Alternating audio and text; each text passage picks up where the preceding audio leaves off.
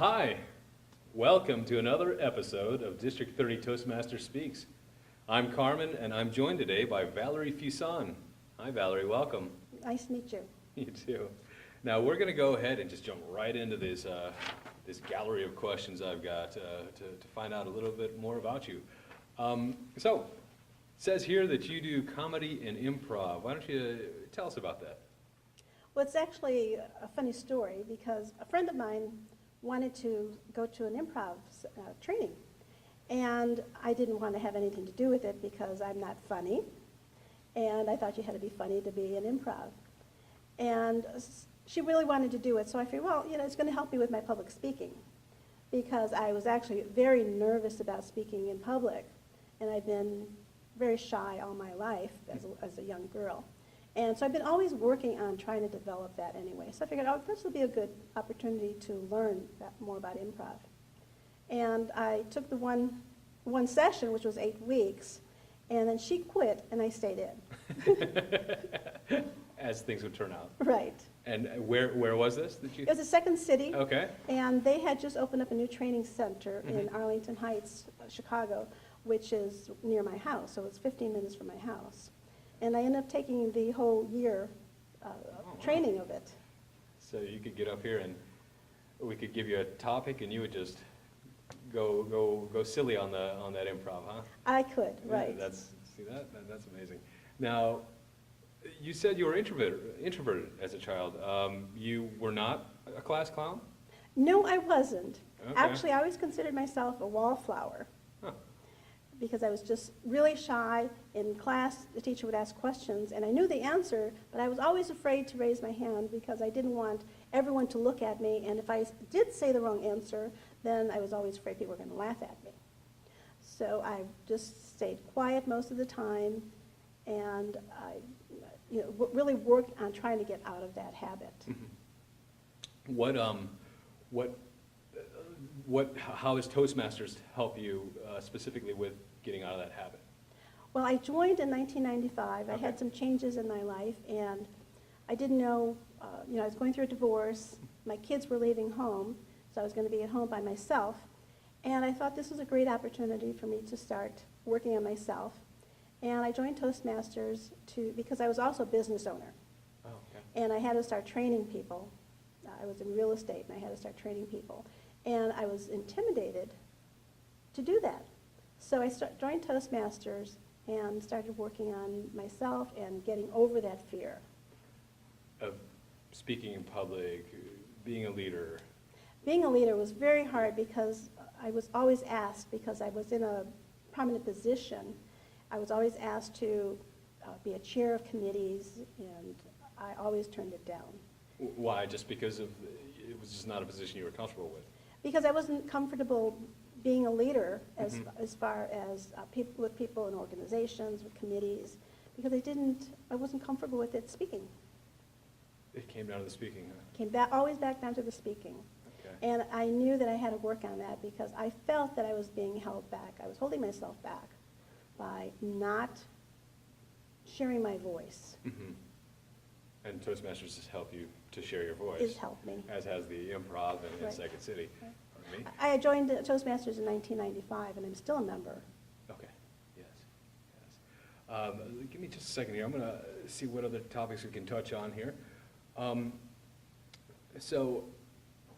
If you wanted to share your experience of being able to overcome the fear of public speaking, what advice would you share with people who used to be in the shoes that you used to be in, or who are in the shoes that you used to be in? Well, I work with people like that now. Okay. I was so afraid of public speaking that I worked really hard at getting over it.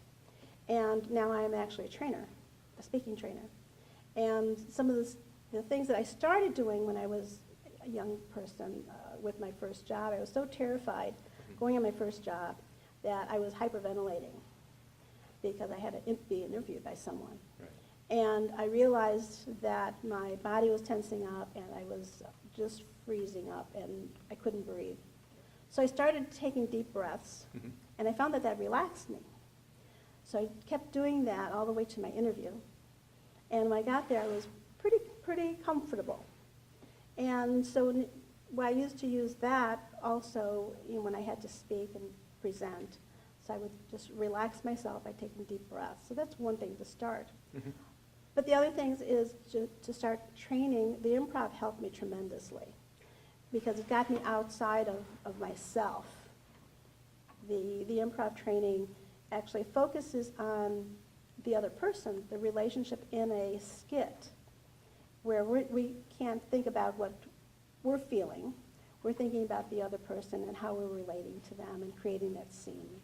So again, in any work environment, that is, if more of that thought process was possibly in there, it'd be more beneficial to the actual productivity of the work environment, would it not? Oh, yes, exactly. Yeah. Because the improv, and this is what we teach, I teach improv workshops for storytelling, for speakers Mhm. and professionals.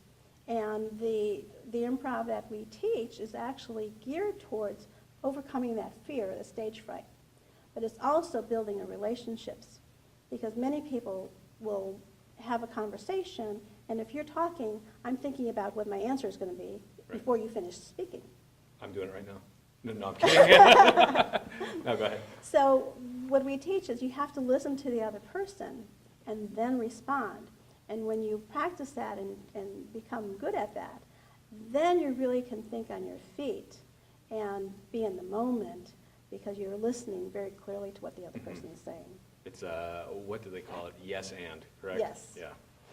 Let me look at my notes here. Now, here's one I want to ask you based on the improv. What's the most memorable part of your improv education?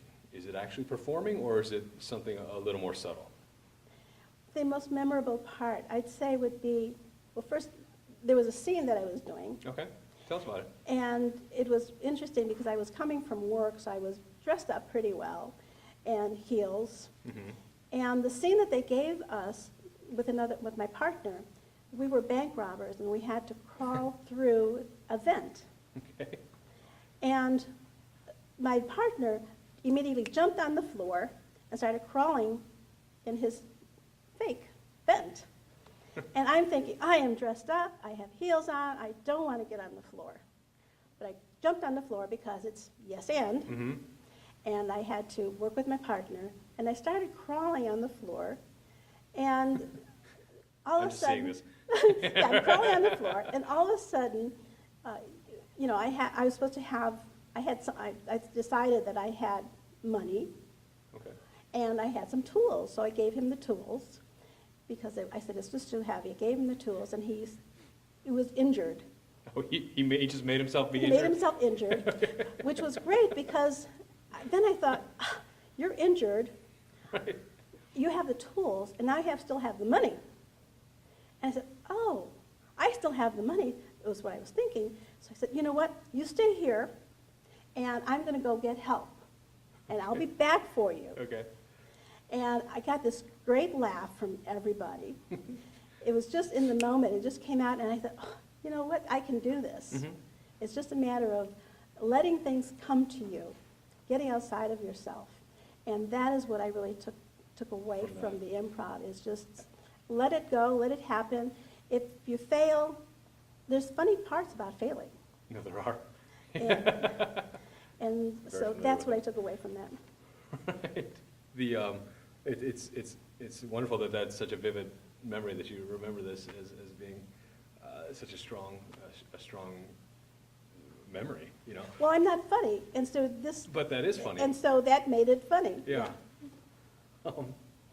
Now, a little bit on a different note, do you have a mentor right now? Actually, I do. Okay. I have a coaching mentor that I've been working with, and he's one of the world champions. And so I've been working of Toastmasters. Oh, okay. World champion speaker, 1999.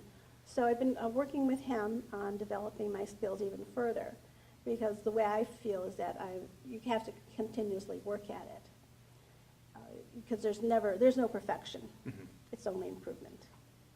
Yeah. And so all through my life, I've had mastermind groups and looking for someone to mentor with. Okay. Yeah, and with that with that idea, are you mentoring others right now? I am. Okay. In addition to your business? In addition to my business, I volunteer anyone that wants to improve their public speaking. At Toastmasters, I'm always looking for people that really want to develop themselves. Mm-hmm. And in fact, today I had 2 people that I told them, I said, whatever questions you need, because they're going into a leadership position. Okay. And I said, just call me, and I'll, help you out. So I think you can't be successful by yourself. No, yeah. You always need mentors, Mm-hmm. and you always want to give back, because I've had it. Yeah, that's great. Now, aside from your mentors, have there been other people in your life who've inspired you to follow your dream, and why did these particular people inspire you? Well, in fact, I'm thinking about my aunt. I grew up in a home that really wasn't very nurturing, and actually my mother, my stepfather was, rather abusive, and so my mother finally exited the relationship. And she had to work, sometimes she worked 2 jobs. Mm-hmm. And I raised my siblings. I was 12. And so I raised one 6-month-old, a 1.5 years, and a 7-year-old, cooked and cleaned and went and got groceries. And I really didn't, the relationship that I had seen really wasn't something that I liked. So I think, well, what kind of life am I going to live? I don't know anything else. And then I realized, well, my aunt is a perfect mentor. She was a great mother and very inspiring. And so I decided, not letting her know, I just decided that I was going to watch her, how she behaved with her children. I just loved that. And so I tried to follow her footsteps as far as caring about people and nurturing your children. And so I feel that I've done that with my children. Mm-hmm. And when I think about the relationship I have with my children is because of the relationship I had with her too. Yeah, it's a good woman, huh? Yeah, she was very inspiring. Yeah. Now, I want to shift gears just a little bit here. When you, back to the improv, you were able to apply it, as you said earlier, in all aspects of your life, correct? Right. Where, just give me an example of how you've applied it recently, any situation, whether it would be at work or having the improv, the scene right here, whatever it might be. Just talk our viewers through how improv is applied just on a daily basis. Well, that's something that I do teach, Mm-hmm.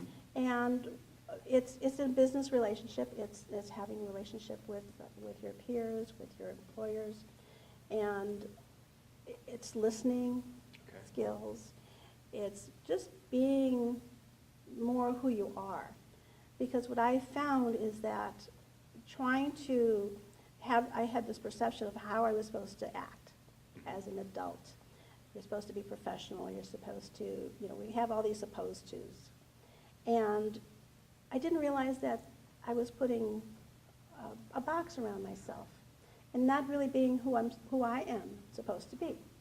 And with the improv, being more in the moment and just being more relaxed with life, with people. And if I fail at something, then it's okay. I can laugh at myself. And I think that that's what people can take away from that, is if you stop thinking about what other people are thinking of you and start just living and experiencing life, then you're able to be the person you were meant to be. And so I just feel that I am I'm working on being my best self of who I am supposed to be. With improv helping you. And with improv helping me. Excellent. Thank you, Valerie. We're going to be taking a short break here, but we will be right back with more from Valerie Fuson.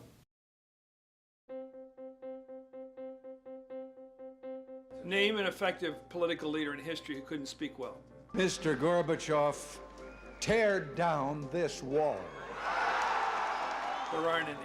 Because when it comes to a disease Freedom like breast requires cancer, leadership, there are and no leadership clear requires authorities. oratory. You have to speak to be heard. I have a dream.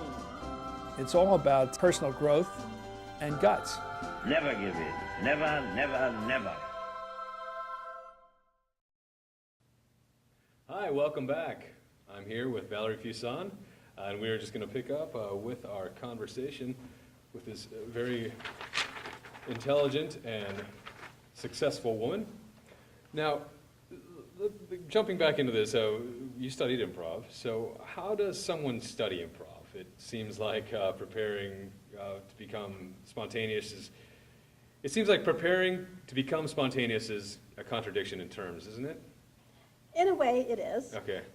Because people think, well, improv, you're just getting up and you're just saying anything that you want. Right. Which is actually what you do. But there are some rules to improv, and that is that you do have to pay attention to the other person. It's not about being funny. Because if you're going to try to be funny, it's going to fail. What happens is when you're speaking to someone, you're creating a scene, you're creating the characters between whoever the characters are in the group. It could be 2 or 3, 4. You have to bounce off of each other's sayings. The conversation has to flow. And ultimately, the funny comes out of it. And then that is the key part of it.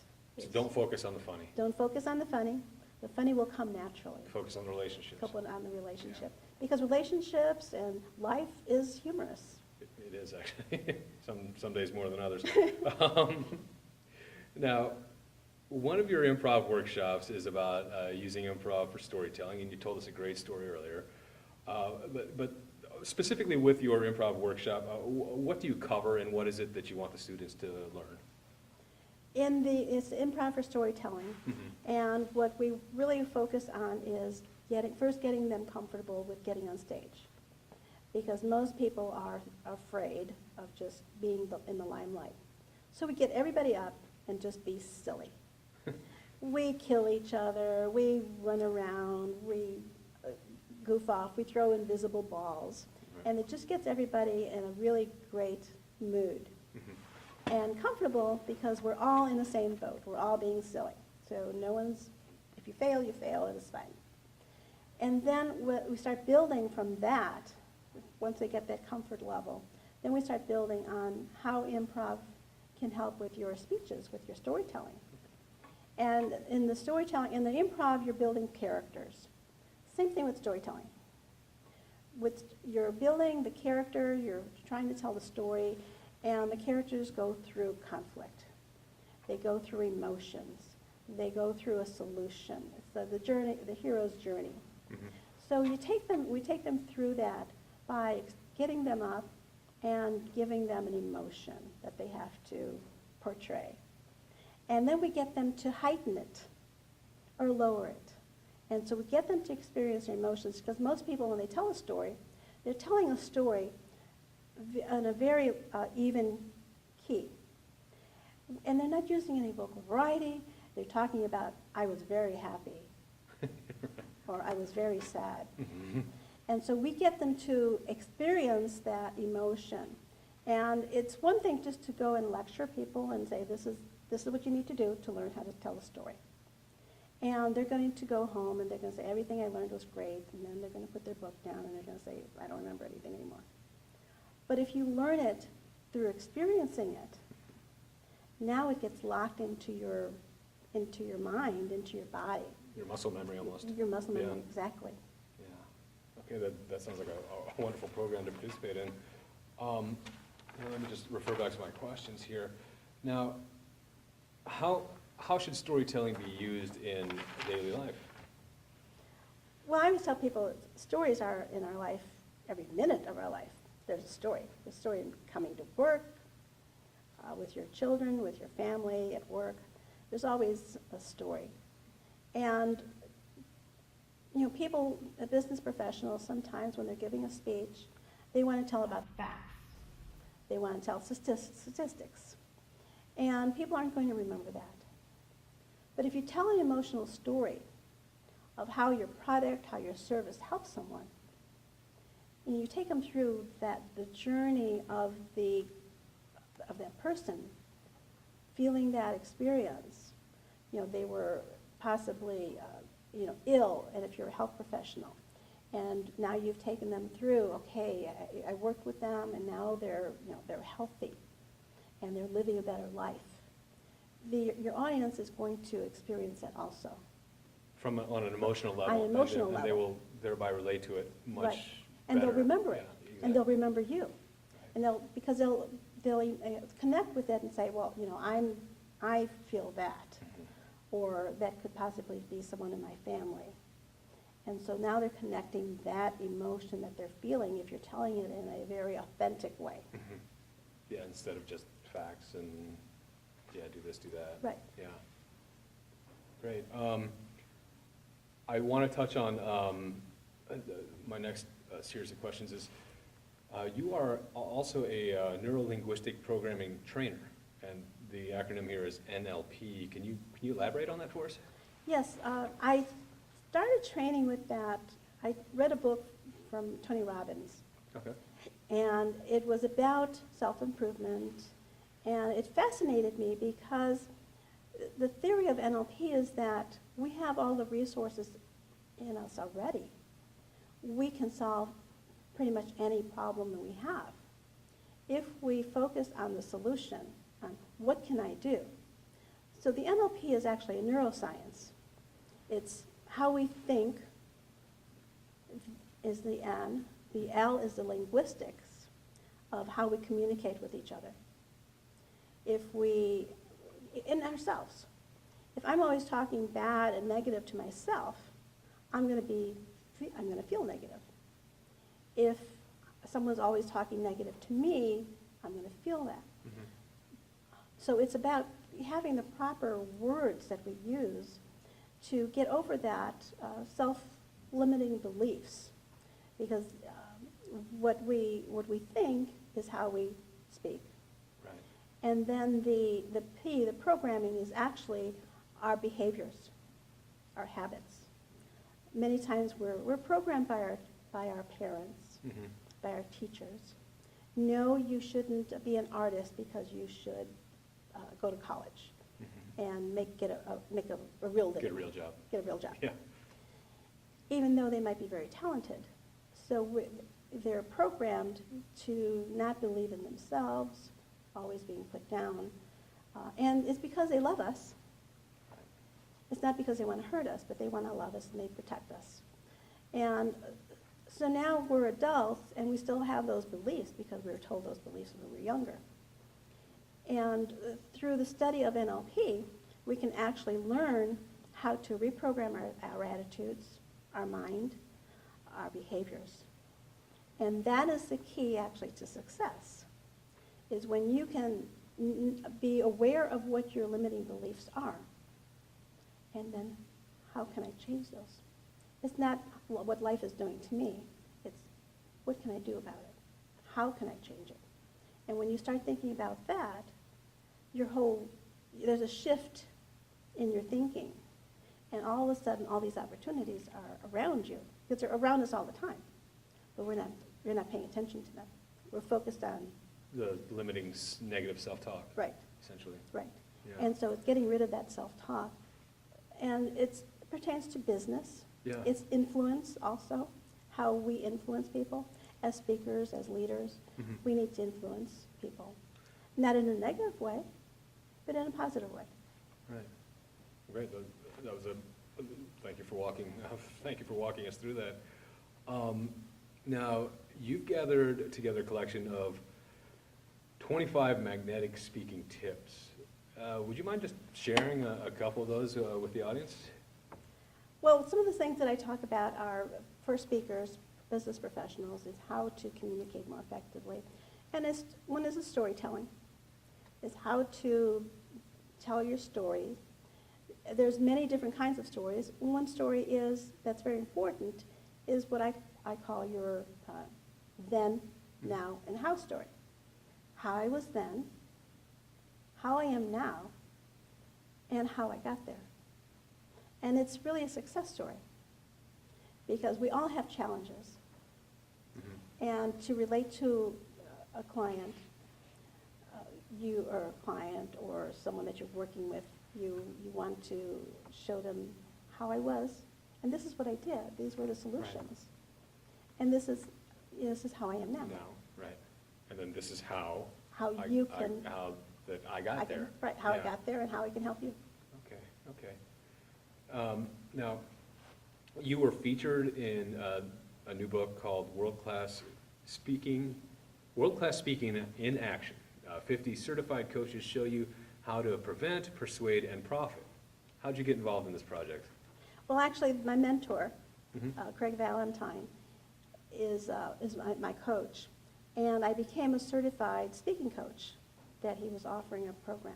Okay. And so now so I went from being the wallflower to now being a speaker and a trainer and helping other wallflowers get Awesome. past their limiting beliefs through improv, through storytelling, and through coaching. And so I took the certification with him, and we're 50 coaches. And the book, I was reading the book, and the book is fabulous because they're advanced tips on how to speak. Because most trainers are just going to give you the basics. What we've done as trainers, as coaches, we've gone a whole, not just a step, a whole level higher than that.